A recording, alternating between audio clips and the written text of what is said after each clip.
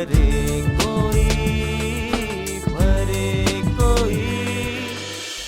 आरती, मैं भगवान राम की सौगंध खा के कहता हूं कि मैं आइंदा हमेशा तुम्हें खुश रखूंगा। बस इस बार मुझ पर यकीन कर लो। फिर तुम किसी और के बहकावे में आ गए तो? आरती, हम यहां रहेंगे तो कोई मेरे कान भरेगा ना। यानी कि तुम कान के कच्चे हो, है ना? आरती प्लीज, बाल की खाल मत निकालो।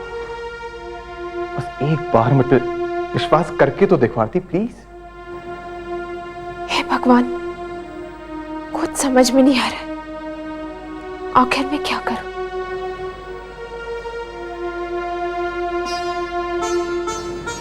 आरती देखो, तुम्हारे भगवान भी हमें मुस्कुराकर आशीर्वाद दे रहे हैं। चलो अब जल्दी से तैयार हो जाओ, हमें आज ही दिल्ली से अमेरिका की फ्लाइट पकड़नी है। हाँ ठीक है, जैसी तुम्हारी और मेरे भगवान राम जी की मर्जी। कम ऑन, मुझ पे विश्वास रखो। हाँ, ये रिश्ता विश्वास पर ही तो टिका होता है। चलें।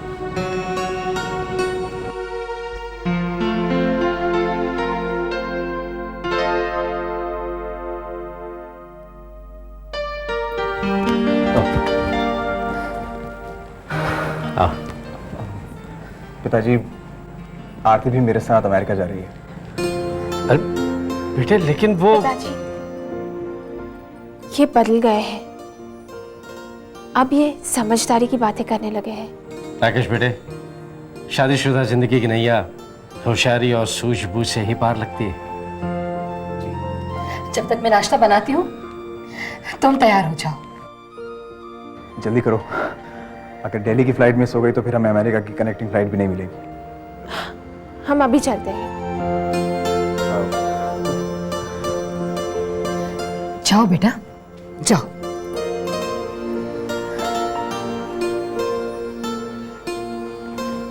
सुनिए, हाँ। आप जल्दी से अमेरिका की टिकट के पैसे का इंतजाम करके आ जाइए। जमाई बाबू जब जाएंगे तो उनके हाथ में थमा देंगे, खुश हो जाएंगे। ये ठीक है। ईश्वर करे सब कुछ ठीक ही हो। सब ठीक होगा बाबू, सब ठीक होगा। खुश रहो बेटा, खुश रहो। जीत रहो बेटा। खुश रहो बेटा। राकेश बेटे, रखो। ये क्या है पिताजी? विदाई शगुन है बेटा। आप लोग अमेरिका जा रहे हो ना? मगर ये लिफाफा तो बहुत भारी है, इतना विदाई शगुन? कुछ नहीं है बेटे, कुछ नहीं, बस तुम दोनों के अमेरिका की टिकटों के रुपए हैं बस। भला इसकी क्या जरूरत थी? नहीं बेटा, ऐसे मौके पर शगुन जरूरी होता है। जैसा आप ठीक समझो। अच्छा आरती, जल्दी करो, फ्लाइट निकल जाएगी।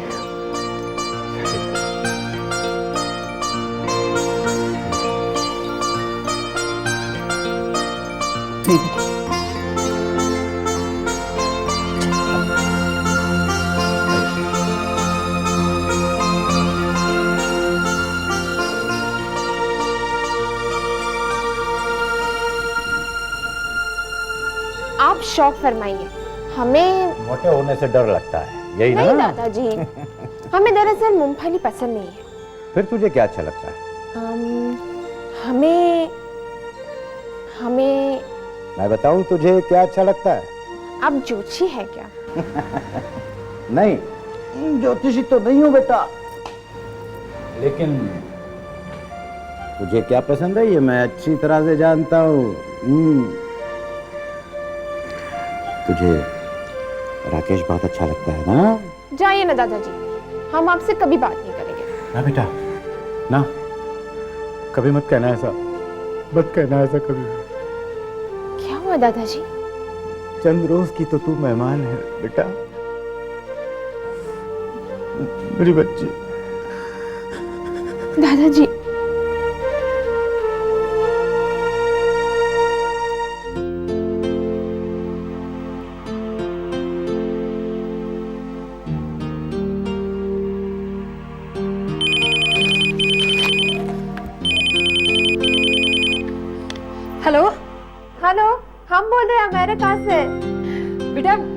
सही सलामत पहुंच गए। शुक्र है, मैं तुम्हें याद कर रही थी। बहुत ही लंबी उम्र है तुम्हारी। लंबी उम्र खुशियों भरी हो तभी मजा है माँ। हाँ, सो तो है बेटा। माँ तुम हमेशा ही ऐसी दुआएं देती रहना। माँ बाप बच्चों को यही दुआएं देते हैं हमेशा। अच्छा माँ, पिताजी कहाँ हैं? मोहित और पिताजी के साथ कहीं बाहर गए हुए, शायद आते ही होंगे। बेटा, राकेश कैसा है? राकेश बिल्कुल ठीक ठाक है, वो यहीं पर है, हमारी बातें सुनकर मजे ले रहे हैं। लीजिए उनसे बात कीजिए। नमस्ते मम्मी। नमस्ते बेटा, जीते रहो। जी। बेटा एक बात कहूँ? हाँ जी। सुनो बेटा, आरती अभी नादान है।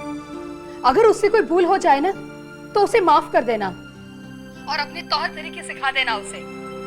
बेटा, हम तो यही चाहते हैं कि तुम दोनों एक दूसरे के सुख दुख के साथ ही बने रहो। मम्मी आप अपना ख्याल रखिए और हमारी चिंता बिल्कुल छोड़ दीजिए, ठीक है? ओके, नमस्ते। नमस्ते बेटा, और सदा मुस्कुराते रहो।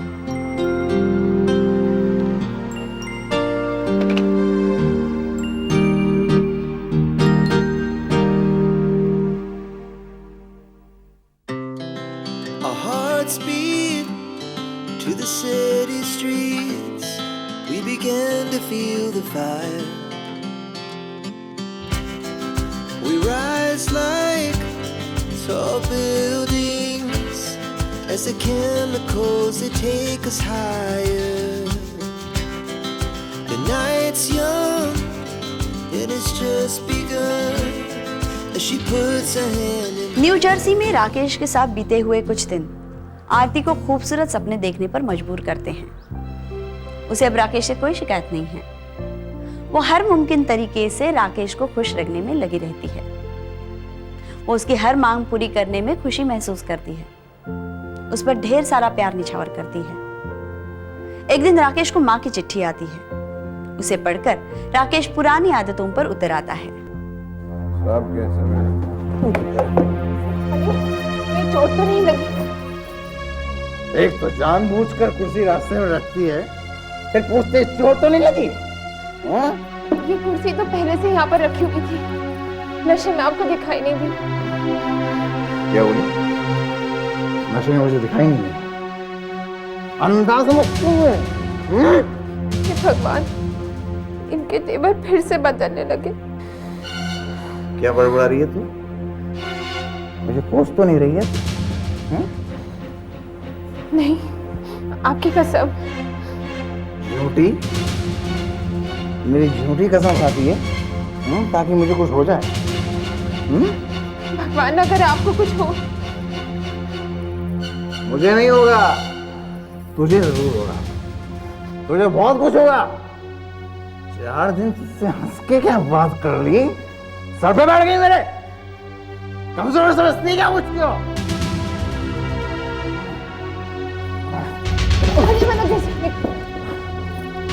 मैं गिरूंगा? मैं तू गिरेगी, तू तड़पेगी मेरी मार से।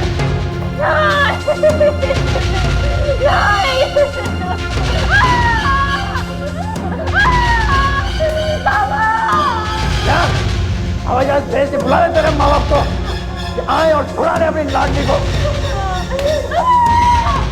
माफ कर दीजिए, हमसे गलती हो गई, हम आइंदा से नहीं करेंगे ऐसा। अभी से जान निकलने लगी मेरी? अभी तो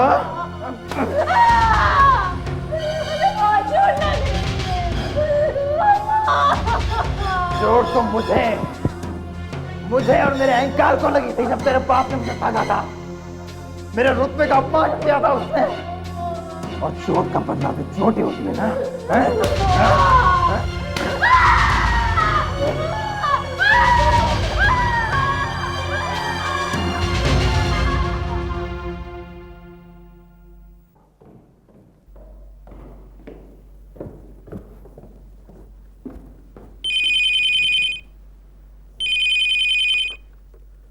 हेलो राकेश, या यू जस्ट वेट देयर, आ रहा हूं मैं। हाँ बस पहुंच रहा हूं।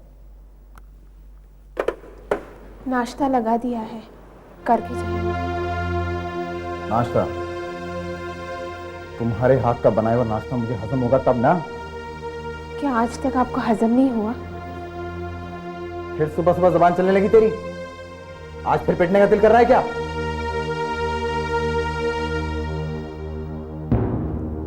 अगर इसके माँ बाप का फोन आ गया या इसने उन्हें फोन कर दिया तो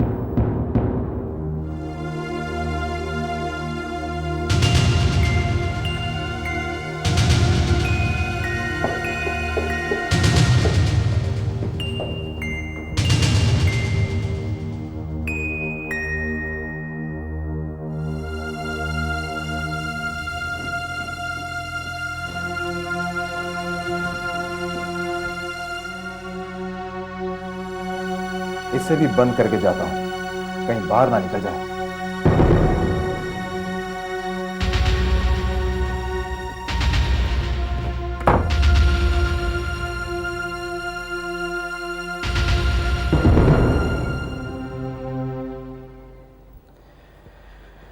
प्रभा, मैं कई दिनों से लगातार आरती को फोन करने की कोशिश कर रहा हूं, लेकिन कोई फोन उठाता ही नहीं।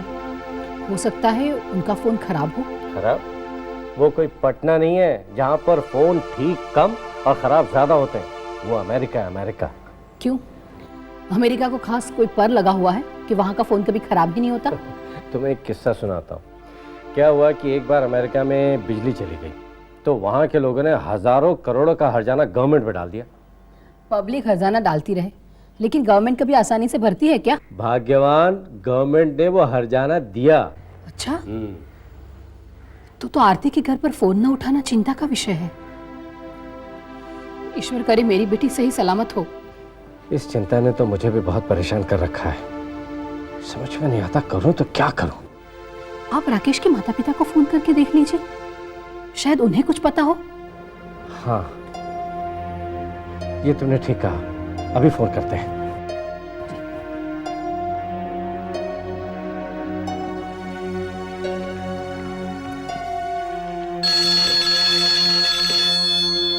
हेलो। नमस्कार बहन जी। जी आप कौन? जी मैं पटना से आरती का पिता बोल रहा हूँ। जी किसका फोन है? जितेंद्र जी का। हाँ भाई साहब, सब खैरियत से है ना? क्या बात है, आज इतने दिनों के बाद हमारी याद आई? जी बात यह है कि आरती से बात करने का बहुत मन चाह रहा था। तो कीजिए ना भाई साहब, मना किसने किया आपको? शौक से कीजिए। जी मैं फोन लगा रहा हूँ लेकिन वहाँ कोई फोन उठा नहीं रहा, कहीं वो लोग बाहर गए हैं। देखिए भाई साहब, राकेश तो अक्सर काम के लिए बाहर जाता ही रहता है। आपकी लड़की तो हमेशा घर में ही होती है ना? तो फिर वो कहाँ उलझी रहती है, फोन ही नहीं उठाती। देखिए भाई साहब, कंपनी फालतू बातों के लिए फोन नहीं देती, और अगर राकेश कहीं बाहर जाता है ना तो फोन को अलमारी में बंद करके रखता है। जी अपनी बच्ची का हालचाल पूछने के लिए हम थोड़ी देर तक उसके फोन का इस्तेमाल नहीं कर सकते? कर सकते हैं ना, क्यों नहीं कर सकते? अवश्य कर सकते हैं, मगर कैश और कार देने के बाद, वरना नहीं। देखिए आप लोग की जातियां बहुत बढ़ती जा रही हैं। तभी तो कहती हूँ, आरती पर जातियां बढ़ाने का खतरा मोल मत लीजिए, फौरन कैश और कार भिजवा दीजिए। देखिए मुझसे जितना मुमकिन हो सकेगा मैं इंतजाम करने का बंदोबस्त करूंगा, लेकिन मेहरबानी करके आरती को कुछ मत बताइएगा, वो परदेश में अकेली पड़ गई है। तो फिर उसके जीवन साथी को खुश कर दीजिए। हाँ, फिर देखिए आपकी आरती हमारे राकेश के साथ कैसे ऐश करती है परदेश में, कितने खुश रहते हैं वो दोनों। जी जी नमस्ते।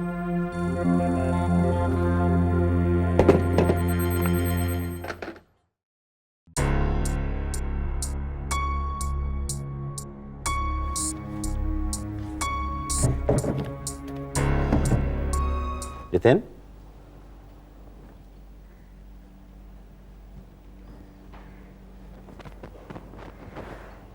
बेटा सो रहे हो?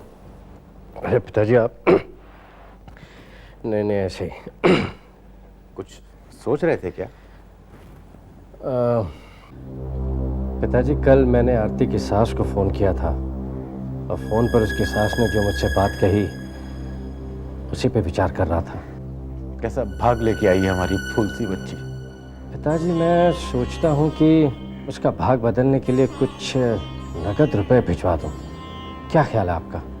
हाँ बेटा, हो सकता है कुछ दिनों के लिए उन लालची भेड़ियों के कलेजे में ठंडक पड़ जाएगी। पिताजी ऐसा भी तो हो सकता है कि कुछ पा लेने पर वो इसे हमारी मजबूरी समझकर खामोश हो जाए। हाँ, भगवान करे ऐसा ही हो।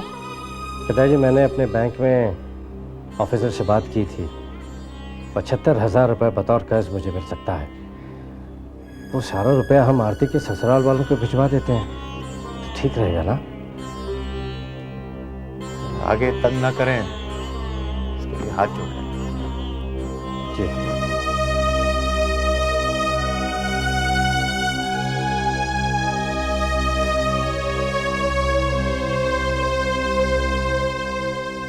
जितेंद्र प्रसाद ने अपने खास दोस्त के जरिए 75,000 रुपये आरती के ससुराल वालों को भिजवा दिए। जानकी ने वो रुपये झट से झपट लिए, मगर बुरा सा मुंह बनाकर रुपया लाने वाले को कह दिया कि पहली किस्त मिल गई है, बाकी किस्तें जल्दी भिजवा दे। दोस्त के जरिए जानकी की बात सुनकर जितेंद्र प्रसाद के घर में उदासी का माहौल छा गया। उन्हें अपनी लाडली बेटी का भविष्य अंधकार में डूबा नजर आने लगा।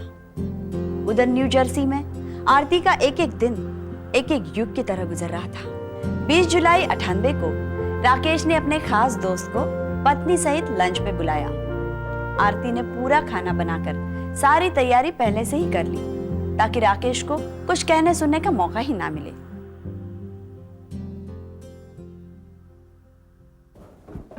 आरती, आरती, आरती, कहां मर गई तू? जी जी क्या हुआ जी? तेरी आंखें या बटन? हम कुछ समझे नहीं।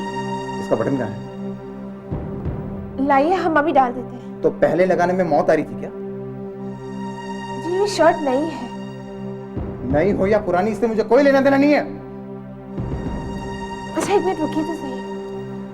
हरामखोर, एक तो काम चोरी, ऊपर से सीना चोरी। तू ऐसे नहीं सुधरेगी। हाँ? लगता है बहुत दिनों से तेरी धुनाई नहीं की तो तेरा जिस्म अकड़ गया है। आइंदा से ऐसा नहीं करेंगे। नहीं, तू ऐसे नहीं सुधरेगी। तुझे तो मैं चल किसका यहाँ से जल्दी जल्दी से बाथरूम में जाकर ना भूल गया सही। चल। और सुन, इस बात का किसी को पता नहीं चलना चाहिए, वरना मेरी भाषा समझती है ना तू? हाँ? चल। कितना बेमुरव्वत और बेरहम इंसान है ये राकेश, जो अपनी पत्नी को दोहरी जिंदगी जीने के लिए मजबूर कर रहा है। उसने आरती के इर्द गिर्द ऐसा चक्रव्यूह तैयार किया है जिसके अंदर वो तिलमिलाकर रह तो सकती है मगर बाहर निकलने का साहस पैदा नहीं कर सकती। आज का एपिसोड यहीं समाप्त करते हैं। नमस्कार।